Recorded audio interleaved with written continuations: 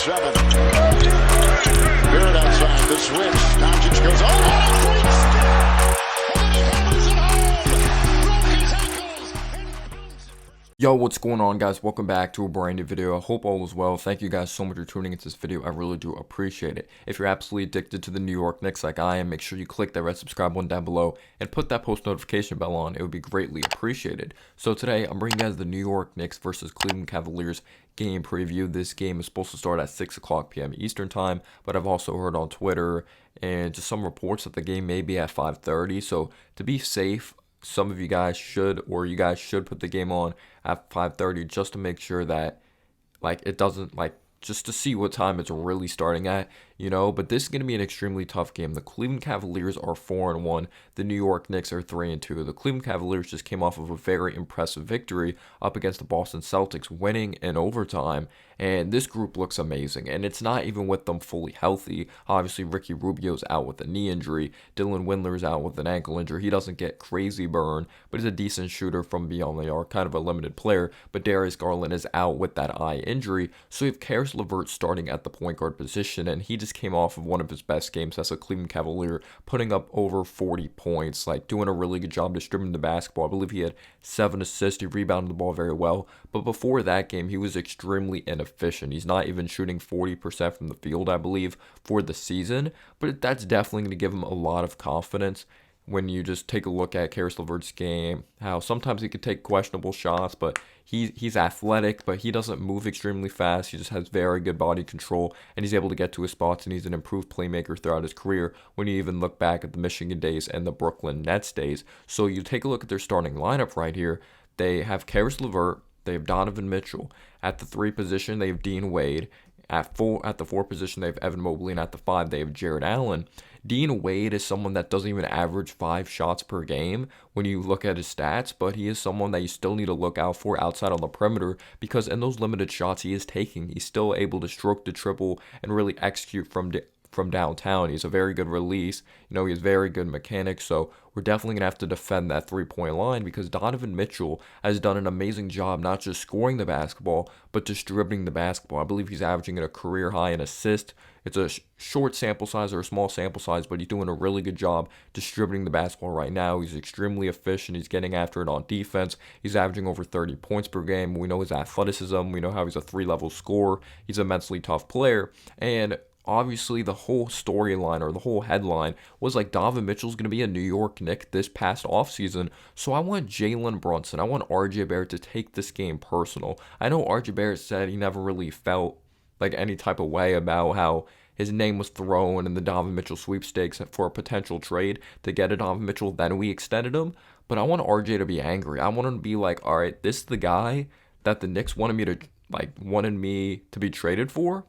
They wanted to trade me for Donovan Mitchell. Obviously, we know Donovan Mitchell's a better player than RJ right now, but I want RJ to go out there, or may just end up being, but obviously I wish the best for RJ Barrett, and I hope he's a very successful player for us, but I hope RJ Barrett goes out there with a chip on his shoulder, and he just goes out there and balls and plays angry and has a very good game, because he needs to have a good game for 4 quarters of basketball. We see him maybe get it together a little bit in the 3rd quarter or a 2nd quarter, but then it's not consistent basketball. You could say, I'm not babying him or anything like that. It's his 4th year in the league. He needs to get better finishing at the basket. His defense needs to be more consistent. He has to hit open shots outside on the perimeter. He has to be less predictable, but sometimes it's not going to benefit RJ Barrett's play style when he's not a natural shooter, and you just place him in the corner like he's Miami Heat Ray Allen. I think it really makes no sense, and some people will just think of Jalen Brunson. You could say that signing was made fun of as this consolation prize.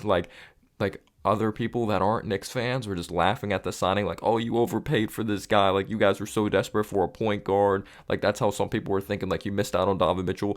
This is just a low consolation prize. I want Jalen Brunson and RJ Barrett to be hungry. I want them to just prove the doubters wrong and go out there and have a very good game. It's definitely going to be tough. And anyone wondering, because obviously Evan Fournier, Donovan Mitchell play the same position, I doubt Evan Fournier is going to defend Donovan Mitchell in this game. Like, Tibbs should literally be fired tomorrow if Evan Fournier ends up defending Donovan Mitchell in this game, because we know his lateral quickness is not great. We know he's just a step slow all the time defensively. Like, I watch Sixers games sometimes, and it just kind of reminds me of Georges Niang. I was always just like a foot behind on defense or step slow defensively all the time. So RJ should be defending Donovan Mitchell, even though it's still going to be a very tough assignment. RJ's been better defensively these last few games or last couple games, but still, Donovan Mitchell's a mentally tough player. He's a difficult shot maker. He has a deep bag of moves that he can get to. If like an opposing defensive player shuts off a certain move, Donovan Mitchell has a nice hesitation to get to the rack, and it's going to be hard. Like, we're not going to be able to shut down Donovan Mitchell. But we've seen that he does have inefficient nights. Like, he did have a game this season, maybe that he shot like 6 for 19. Like, you want to try to contest as many shots as possible and get in his head and make him play out of control. So it is possible that you can keep him in check. He's still going to put up his 20 points, 16, 18 points.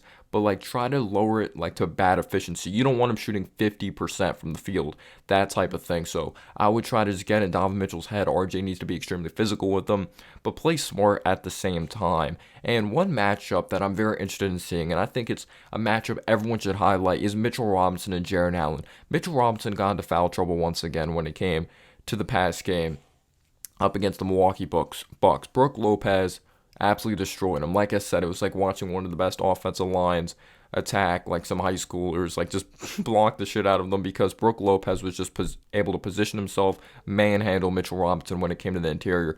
Mitchell Robinson's going to have to play angry, and Jarrett Allen's one of the best shot blockers in the league. He has length, and you look at the 4 position of Evan Mobley, he's a very good shot blocker as well, but the difference between him and Jarrett Allen is he could defend the perimeter as well. They have so much versatility when it comes to defense at the 4 and 5 position, so that alley-oop's probably not going to be easy once again. So Mitch is going to have to do a good job being this, like, he's going to have to be disciplined. He can't be jumpy.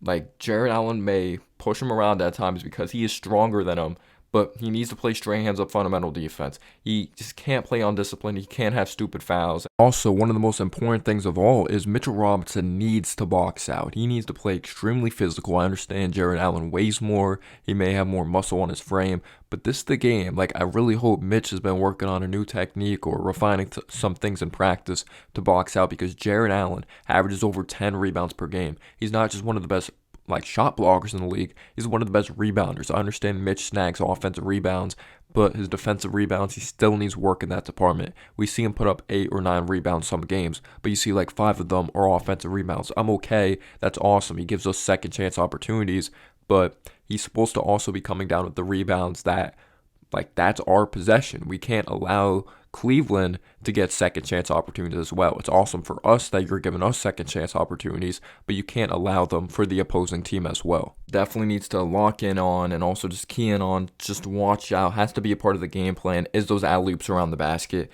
Yes, they don't have Darius Garland, their main floor general, but they have such huge catch radiuses of Jarrett Allen and Evan Mobley, and Evan Mobley has such long arms. Jarrett Allen has such long arms that they can catch nearly anything around the basket, so Mitch Robinson is definitely going to have to look out for those, and Julius Randle and Mitch are going to have to do a very good job communicating to make sure that they limit those throughout this game. And I'm not expecting Mitch to have a huge game because he struggles against good centers, and that has to change at some point, especially after giving him this contract. We know Mitch is going to get the blocks, but he's still an inconsistent rebounder. Like, Julius Randle being our leading rebounder last season, him being our leading rebounder right now. I know Randle's a solid rebounder or good rebounder of the basketball, but we need our center, the guy we just paid money and invested in, to really make that jump. Get to at least 9 rebounds. Get to 10 rebounds, you know. We want to be that double threat at some point. The honeymoon phase is over. It was awesome that he was second round pick, like a steal, just exceeded expectations from other fans, but he needs to step up, put up or shut up. Huge game for him personally. So I want RJ to be unpredictable on the offense side of the basketball, throw out pump fakes. He got to finish at the rim. Hopefully we get him involved and have more actions of him cutting back door. And honestly, when I think about the athleticism of the Cleveland Cavaliers, because Evan Mobley's athletic, Jarrett Allen's athletic, Donovan Mitchell's athletic in their starting lineup. I like Karis LeVert's a sneaky athlete. I don't like this matchup at all. I would try to put the bench out there as much as possible with Obi Toppin, utilize his athleticism. Cam Reddish, utilize his athleticism. Hartenstein's a solid athlete as well. So we need to have a shot creator of Cam Reddish out there. We need Obi Toppin, who's constantly moving and try to fatigue the Cleveland Cavaliers defense. But the bench of the Cleveland Cavaliers has some solid pieces as well. Cedi Osman's off to a pretty damn solid start. He could shoot the heck out of the basketball. Sometimes he could put the ball on the floor. Sometimes he could be a step slow defensively. He could have good moments as well. But I worry about us boxing out when it comes to that second unit. Kevin Love, we know, like, of all time, he's one of the best rebounders. Take a look back at his Minnesota Timberwolves days when he averaged 20 rebounds per game, but he's still averaging 7 rebounds per game coming off the bench, so we got to be able to box out. And we can't give this Cleveland Cavaliers team second chance opportunities, especially when they have guys that are capable of getting buckets, like a LeVert. Yes, he's inconsistent, could be inefficient at times, but he's still capable of getting buckets. Donovan Mitchell, Evan Mobley's even added a mid-range game. He has a hook shot. He's one of the most versatile defenders in the league, and he plays with a very high motor. Dean Wade, like I mentioned, could shoot the 3 ball. So we cannot give this team second chance opportunities. We just cannot. We have to look out for that pick and pop. Kevin Love's ability to pop to the outside. Isaac Okoro has not gotten consistent minutes, but you even see, but he's still capable of being a solid defensive player. He's very inconsistent when it comes to shooting the ball, but he's a sneaky athlete. If he does go on to get minutes, look out for him cutting back door. But Robin Lopez, former Knick, watch out for that baby hook. He's pretty physical. He's an NBA veteran. He's just seen tons of NBA teams. He has so much experience.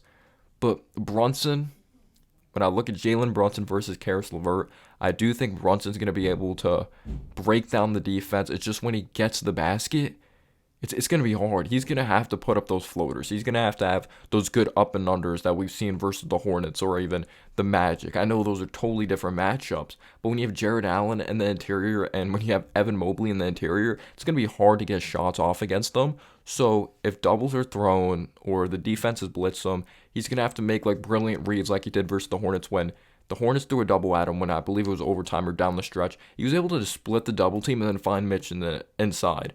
So we're going to have to try to find matchups of getting Jared Allen outside on the perimeter, take the big man out of the paint. It's going to be tough, though. The Cavs are a damn good team. There's a reason they're 4-1. They beat the Boston Celtics. They're one of the best scorers in the game. He's just pickpocketing guys as well. We're just going to have to move the basketball. We're going to have to do a lot more than what we did in that Bucks game. I felt like we faced adversity and we went back to just chucking up shots outside on the perimeter and not getting very quality shots. But hopefully Obi Toppin gets more minutes than 17 minutes. And he's averaging less minutes than last season already. I understand Randall's playing better, but he needs to be getting more than 15 minutes per game, especially Obi's improved defensively. We just see the quality brings to this table. When Obi's out there on the floor, we see a different element of consistent ball movement. Obviously, Randall's done a better job moving the ball, but it's just like there's just a different type of vibe when it comes to that second unit. But Evan Mobley and Julius Randle, that's going to be a very interesting matchup because Mobley is skinnier, but he has longer arms than a Julius Randle, I believe. Obviously, Evan Mobley is taller as well. Mobley doesn't have that consistent 3-ball in his game yet, but he has shown that he shoots it like 1 to 2 times per game. If he's wide open, he's going to shoot it. But he just has extremely good body control in his hips, just the flexibility of his hips, his ability to defend the perimeter. And despite him being skinnier, he's very disciplined for someone it's only his second year in the league. So Randall's going to have to be physical with him, but he's also going to have to be very disciplined. Don't let the refs get to you if there's stupid calls or anything like that. This game is in Cleveland. We know Cleveland fans are extremely loyal. But if I'm being honest, I don't like the way we match up versus this Cleveland Cavaliers team when it comes to their athleticism, their scores, their rim protection, the versatility of their defense. It's going to be an extremely tough game. We're going to need RJ to have a statement game. We're going to need Jalen Brunson to have a statement game. And I want Randall to pull up from that mid-range because I don't trust him attacking the basket up against these defenses or the defenders of a Jared Allen and a defender of Evan Mobley inside. So what's your score prediction? Do you think the Knicks are going to come out victorious in this one? It's going to be a tough game. Let's go Knicks, though. And just thank you so much for the great amount of support. Peace out, y'all.